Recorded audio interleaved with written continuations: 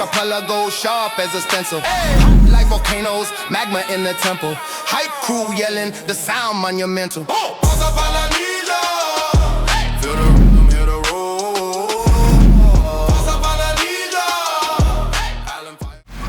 What does it look like when you come across someone that has been able to get the help from your organization?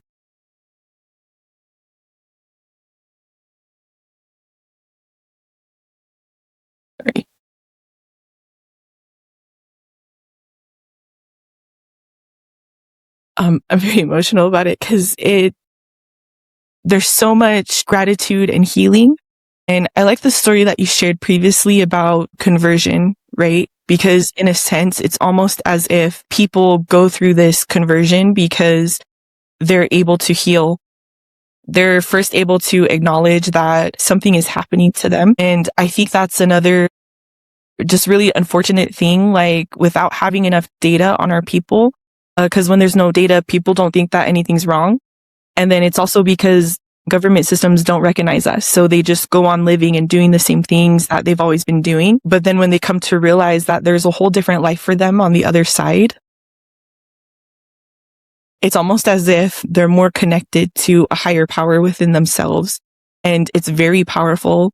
It's very beautiful. It's very soft and loving. And there's just so much gratitude and beauty to it, you know? And I feel like the inclusion and a lot of the things that people are seeking for in their lives, like through their healing journey, they're able to find that because they have access to the services that are allowing them to receive the support and then not like the education like that they need for things like this. So I think that's like another challenge and barrier that I've been facing along the way is trying to help others see the same value in this mission that I see. Because like what you said, Leah, so like I love the analogy with the farmer because that's how I feel. I feel like a lot of the things that I share when it comes to knowledge, it's general knowledge. And so it's kind of funny to me when people try to discredit like what I'm sharing because it's general knowledge. You can access it on the internet. You can research it yourself. You can look in textbooks. Like these are not just things that I'm just pulling out of thin air. It's like real evidential things that I'm sharing. So when it comes to seeing like the value in all of this, it is a little bit difficult and a little bit challenging. And the reason why value matters is because even though I'm passionate about this and I see value, if others don't see the value in this, then there's not going to be much long-term sustainability for what we're trying to create and what we're trying to offer people. And so long-term sustainability means providers seeing value because data collection from them is the heart and the soul of this. And then it's also getting sponsors to see value in this because why would people want to spend money and fund things for families if they didn't think it was a good cause, right?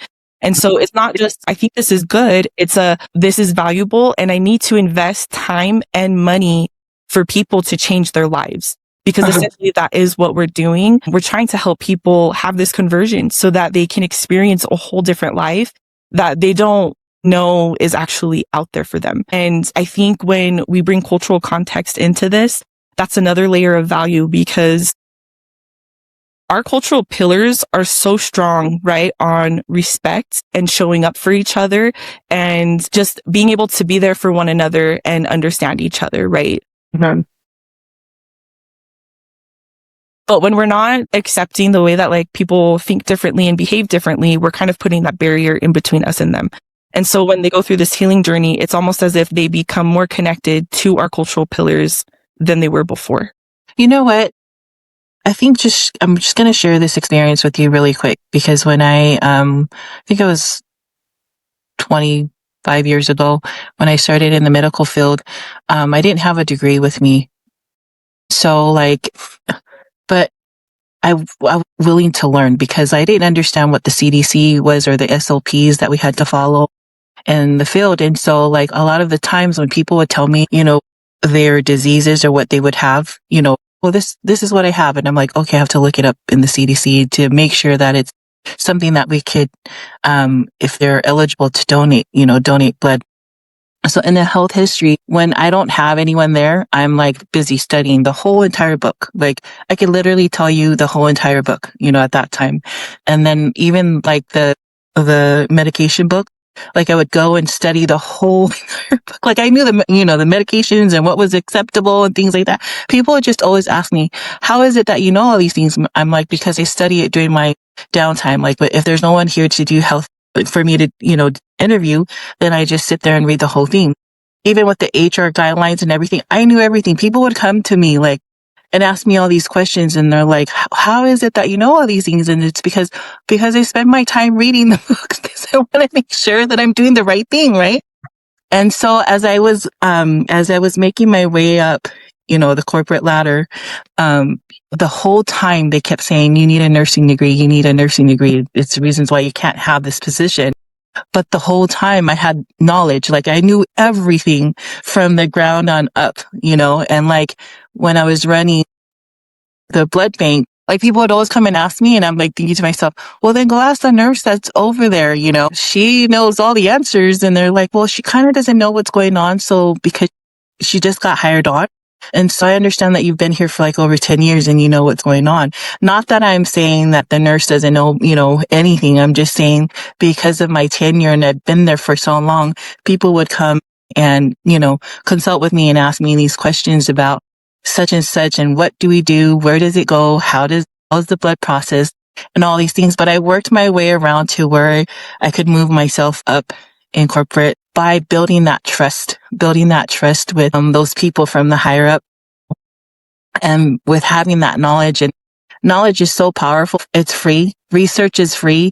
Anyone can do that. And so like when people express and say things like, well, it's because you don't have a degree. It's not because you didn't want to go to school or anything. It's just that maybe that's not your forte, but it doesn't mean that you're dumb or anything like that. It just means school wasn't the way that you wanted to be. There's a lot of entrepreneurs that are out there that have like an 8th grade education, and they've gotten through because they've used the professionals. They thought things through and be like, well, since I'm not the smart one, or I'm not the person that's capable of doing it, I'm going to hire the professionals that could do the job, and so either way, whether or not you have a powerful mind, and knowledge is power, and it takes step by step, regardless of the naysayers or people that are trying to discredit you. Don't let that get you down, because this work is so important for people to know. So that way we can help our families to get that understanding out there, especially learn more about unhealed trauma or autism or neurodivergent, because those are things that we don't talk about enough in the household. And it's just brushed off, like how Leaso said, just brushed under the rug kind of thing. And so my next question to you is, with all that's going on in your life, with your situation right now, what does it look like in the future for United Minds? The future that I am envisioning for United Minds, we've kind of talked a little bit about it. It's just expanding on the healing that our people need and that they are experiencing and that they can further experience. The future also looks like having access to just greater spiritual attunement, being connected to our roots, our cultural pillars of showing up for each other, meaningful connection with ourselves and our experiences around us. I think it looks like systems making decisions based on accurate data, where providers and educators and policymakers actually understand the community that they're serving.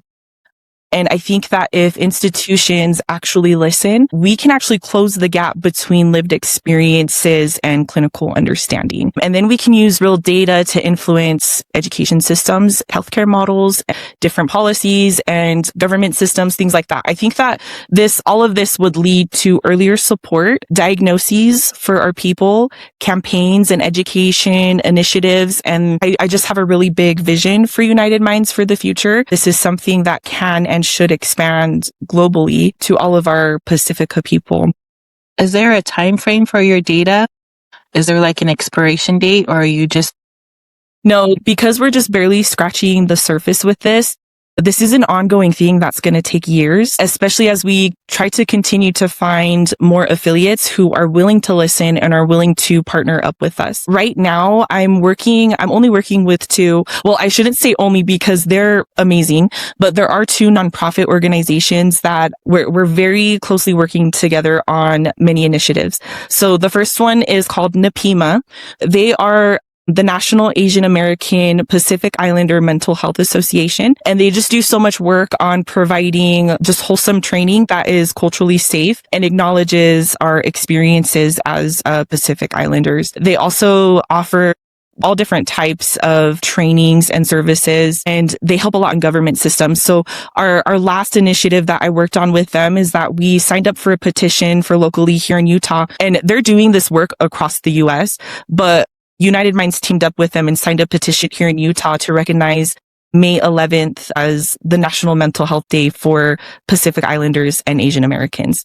And so we're excited to hear back from the government officials. We're hoping that they approve this policy. And then the other nonprofit organization that we're working with, it is a Tongan-owned nonprofit organization in California called Project Paxton. And the founder of this organization, her son was also diagnosed with autism, and she's doing a ton of work trying to build up her nonprofit, and she's working with her local government systems too. She just recently petitioned for a policy to have people with autism registered and built into systems for first responders so that they're able to see that that person is autistic. So something that people may not know is that first responders don't have training on people with autism. Well, I never knew that. Yeah. And so there's a lot of really difficult cases that happen where like cops will shoot people that are autistic. They'll beat them up. They'll take them to jail. And it's because they didn't know that they were autistic. And so this policy that she's working on is getting the system base for first responders to have people sign up and register their people that are on the spectrum. And then it's also having neighborhoods put up signs so that people know, hey, there's an autistic person that lives in this, things like that. And so she has a walk that she's hosting. So if you're in the area of California, look out for Project Paxton's walk. It's just a way for her to kind of spread awareness on this policy that she's working on with the local government out there in Los Angeles. The walk is free, and there's a lot of sponsors and donors that are going to be there participating. And another thing about her organization is that she's really just working to create a space for families who have people that are neurodivergent to feel safe. So these are Pacifica families. She also focuses on the Pacifica community. And so if you're in California looking for a safe space for people to connect with, network with, hang out with, yeah, you can follow her. Her organization is Project Paxton. But I'm working with her on that and us trying to set up plans and next steps to get funding. Do you feel like, looking back at your life, everything that has transpired prepared you for what you have created in United Minds and prepared you for it, especially serving your mission? I know that also helped you in going through the path and journey that you're on right now.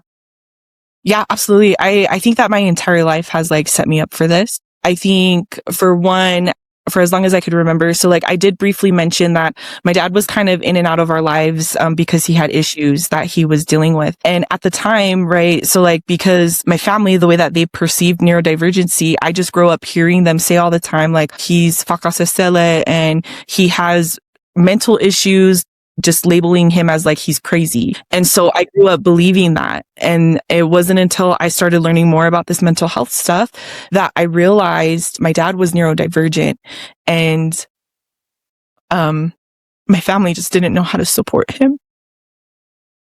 Sorry, I feel it's a little bit conflicting. I have a very strange relationship with my dad because of just, the dysfunctional chaos that I grew up in, but it was also just trying to hold space and understanding that he was such a misunderstood person.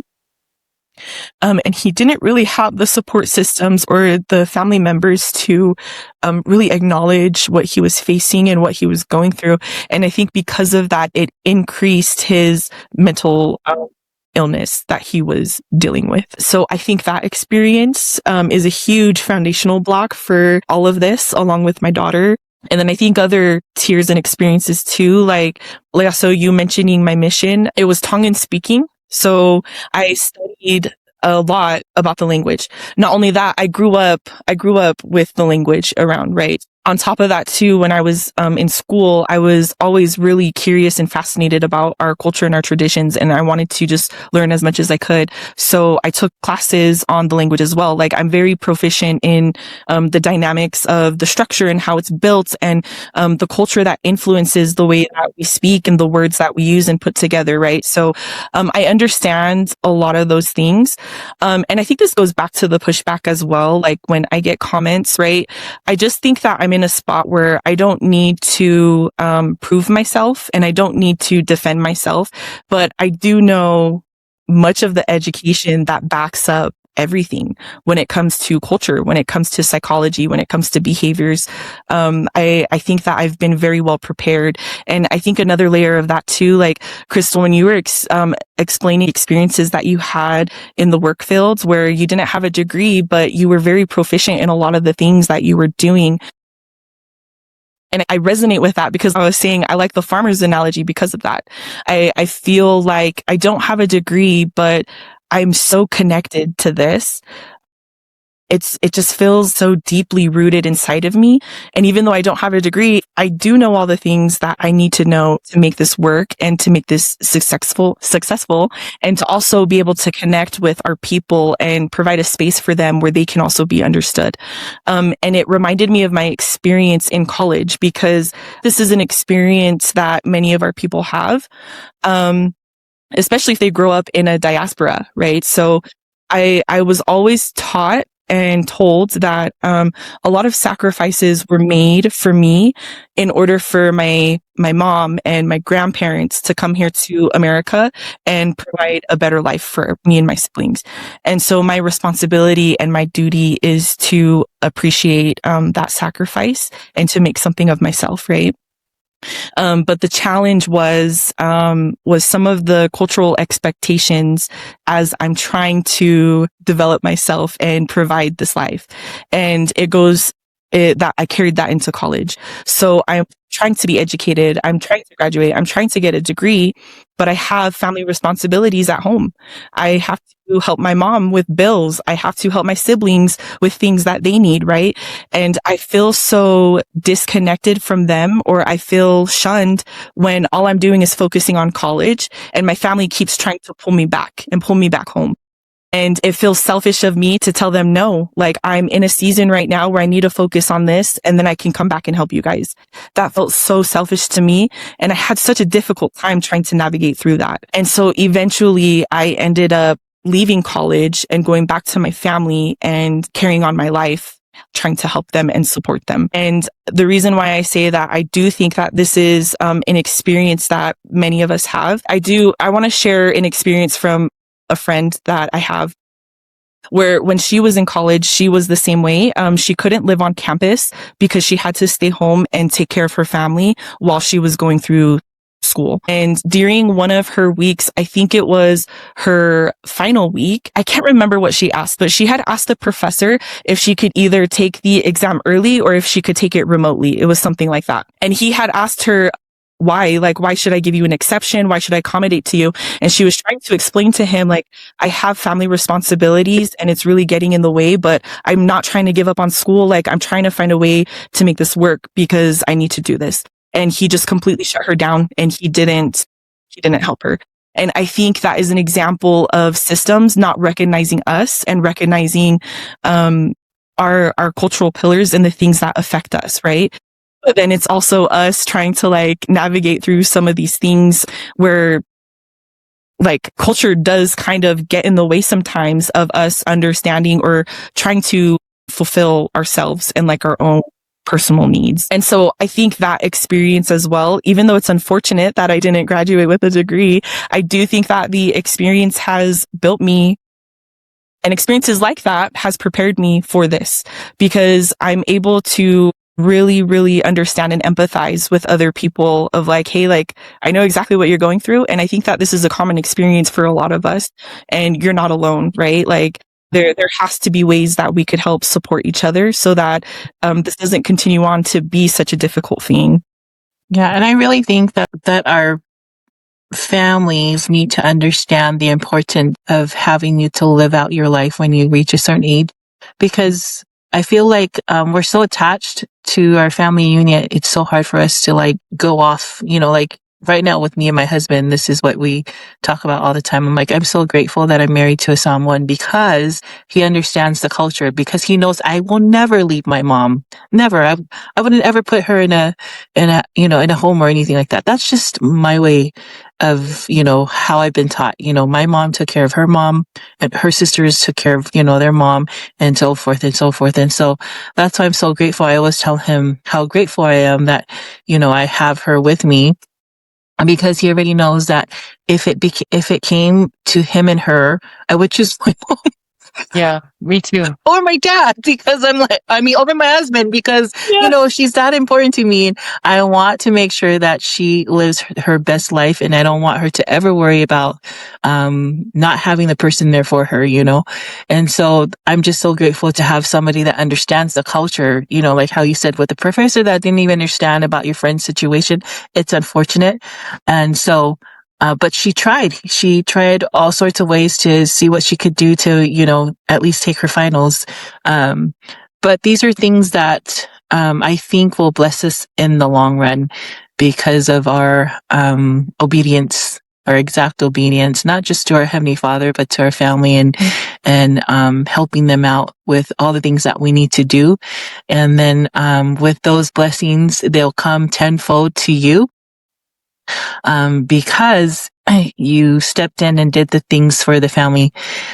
But also, you also got to take into effect about yourself, because you're important. If they're not there, who else is going to take care of you and your daughter? You're the only person that could take care of you mentally, physically, spiritually. It's you. No one else can force you the way that you are. And I had to take myself and self-care. And it was so hard for me to do those things because we're so in this, multi-family unit to where we're so close like this. So when you're doing something for yourself, you feel so guilty because you're like, am I doing something? I feel guilty feel so because selfish. yeah, Yeah. you feel selfish, right? And I'm like, oh, I feel guilty for doing the things. But then after a while, like when you hear things, you need to do these things. You need to do these things. You need to reset. Number one. Number two, do something that you love outside of your family. And that was even hard for me because, I'm so used to doing, things with my parents and, my sibling. And so with me doing things, by myself, when I, started to, think independently, I was like, yay, I'm independent. But, but I hope with that experience that I'm sharing with you, that's something that you can take. I know you love your family and your culture and, just to do a little bit for yourself, for your own, so you can feel good about yourself, and if school is something that you want to do in the long run, in the future, school is always going to be there no matter what. Education will always be there and you'll always have that opportunity to go back. Take it from me because I'm a professional student. Been in school for so long. And so I'm just like, oh, I can't make up my mind about what I want to do. And, my parents would always be like, Crystal, what is wrong with you? You want to do this? I'm like, I know, they're so cool. I would want to do like almost all of it, but I don't know how. My mom's like, stick to one thing. So, but yeah. And I appreciate that, Crystal. Thank yeah. you. It's so true. You're so right. And I think too, like with what we were talking about, like with information being so accessible to us in this time and age, it's like, it's really not difficult. Like college isn't the only way to like learn about stuff, research stuff, so there's always ways to advance and to learn more. It's the willingness, right? Like what you were saying, it's having that heart and that willingness like you did, to be open to learning. And I learned from from that field that you didn't necessarily have to have a degree, to know all these things. Cause I'm thinking, oh, I need to ask the physician on call to see if this is okay. Or, all these, I mean, if I had like outside questions about things, then of course you would call and find out if, that is okay. But other than that, it's right there in the book and people will be like, how do you know all these things? I'm like, I'm just reading the book. I'm just reading everything. It says right there. And they're like, okay. Yeah. So. But it goes back to like all the education you can get and absorbing all that knowledge from the book has nothing compared to hands-on. Again, going back to hands-on. I also admire those who lead a company, who lead an organization, but they hire those with degrees under them while they oversee all of those people. Because even with textbook, when I was learning at school, it was nothing compared to the real life in all these different businesses and industries that I worked for, because they all ran things differently. And so we just held a degree, but it was actually organized and functioned different, that we had to learn their way. As you go through your journey and push through with United Minds, do know that there are ways to go around it. Heavenly Father created you in a way to where we need your mind to be the way you are. And that's how you were able to take yourself out of the box. Like I mentioned earlier, it was meant to be that way so that you're not clouded with the textbook. You're able to think outside and to create this wheel that nobody was able to create. And you're able to see things that no one is able to see. I had a lot of trauma going on in my life too, a lot. And I didn't understand why I had so much anger issues. I used to be angry all the time. Like I'd come home and I'm angry. I'm angry at this. I'm angry at that. I'm angry at whatever. But I never understood why I was angry. And when I had my first relationship with my ex-husband, I was so mean to him. Like I was just like not having it. Like it had to be my way. I didn't understand how relationships were supposed to be. And it had to do with the trauma that I dealt with growing up, you know, and I just couldn't understand what was wrong with me, because I kept telling my mom, what's wrong with me? Is there something wrong with me? Why am I always so angry? Like, I don't understand why I'm angry all the time. And she's like, I don't know, maybe you need to go see a doctor or talk to somebody. And I'm like, I have no idea what's going on with me.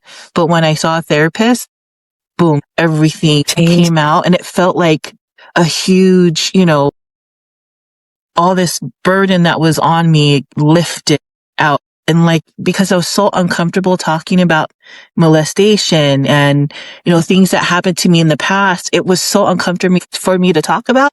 And so I let my anger, you know, you're protecting yourself, and there's that shield. And so one of the things that I loved about what this therapist said, he says, you know, it's easier said than done. But he was like a LDS therapist, and he said, but you need to forgive your past and move forward. And to me, he's like, cause you're holding on to all that, and that's what's causing you not to move forward, you know, and whatever it is that you're going through in this relationship, you're bringing all your trauma from the past into the next relationship. And I was like, oh, it makes so much more sense. You know, he was like, yeah, forgive, forget, move forward. You know, he's like, it's not saying that you should forget what happened to you. It's just saying it's going to help you push forward now that you're able to say all these things to help heal yourself.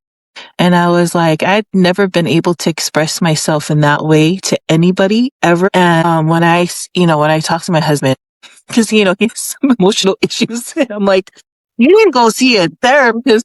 You know, I'm like, you really need to go see a therapist. And he's like, I don't need a therapist. I'm like, yeah, you do, because you have some unhealed trauma, and that's what's going to help you.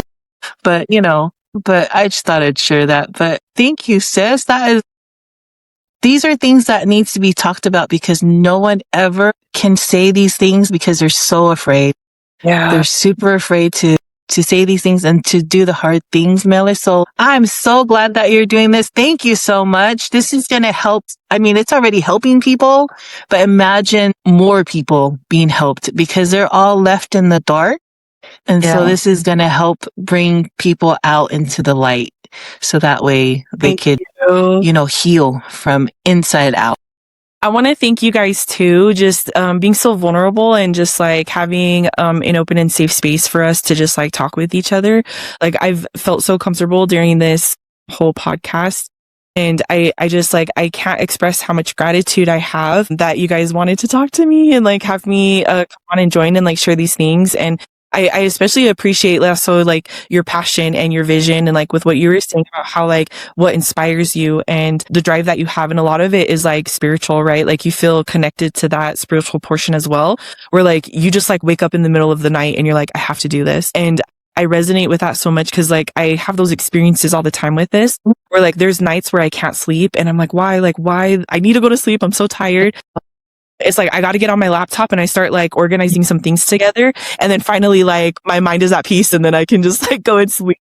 So I'm like, okay, I see. Like I really have to do this even if there are moments that like it's hard and like I don't want to, you know? So I agree with you. I feel like us meeting is like divine intervention. And so I appreciate you guys being in tune with that direction so that we could meet, because if you weren't in that space to do it, we wouldn't be able to make this difference together. And I think one thing that is so good about our people, because we love communal care, right? Like we're good at networking. We are so good at networking. We're so good at telling others like, oh, I know this person. They can help you with this, this, and that. And I think sometimes as some of our people kind of rise up on the ladder, they kind of start holding things to themselves, and then they stop wanting to network and they stop wanting to help others. And I think sometimes they might feel like it's a threat to their success and like where they're at, you know? And so I think if we just continue on to provide that networking system that we're so good at, like there's room and space for all of us at the table. There's room and space. Like nobody owns knowledge. Nobody owns any of this stuff, right? Like nobody owns progress. These are things that are given to us and inspired by like God and by like Heavenly Father. And so I think at the end of the day, it's all about being able to be grateful for what we're given and then sharing it, because the more that we give, the more we're able to receive, and everybody can just like benefit from it. So I appreciate you guys so much. And I appreciate all the love that has been here. So thank you guys. No problem. It's all awesome. No, it's Thank all you, of awesome. us. Thank you, Yes, thank all you, of thank us. you. So many things to say. I was like, oh my gosh, yes, like, I'm just here just to, you know, Well, listen she and was learn. meant to be there. Well, I have one more question before we close, because I know that it's getting late for everybody. If your voice could reach every Polynesian household, what would you say? Well, that's a tough one. It's just tough because there's so many things that I want to say. I think that the most important one would just be that even though there's times like you might feel like you're alone or you might feel like you're misunderstood, there's always people out there that can relate and can support you. And so even if you don't see like an immediate village physically around you, they're out there. And sometimes it just takes a little bit of work to kind of be uncomfortable and reach outside the box and try to find those connections so that you can get that support. I think it's just understanding, like, you know, people say all the time, like, you're not alone, but then people experience, like, if I'm not alone, like, where is everybody? Yeah. And so, I do think that you're not alone. And I think that there's love and there's support for you out there. Just don't give up. And I think that there's many of us who want to connect and help give that to each other. Thank you so much for sharing that. I have nothing else to say other than, Crystal, do you have anything before I close it up? Nope. Thank you so much. Again, appreciate what you shared here on this podcast, and the best of everything. Everything's gonna, I know, everything's gonna work out in ways that you've not imagined, because it will reach out to many, especially these times. With that said, as always, you know, ending it with glory to God for all of his glory and blessing on this podcast, and all of our guests and hosts who has helped me on the podcast. So thank you. And you guys have a good night, and we'll stay in touch. Okay. Good night. Good night. Thank you. Thank you. Bye. Bye.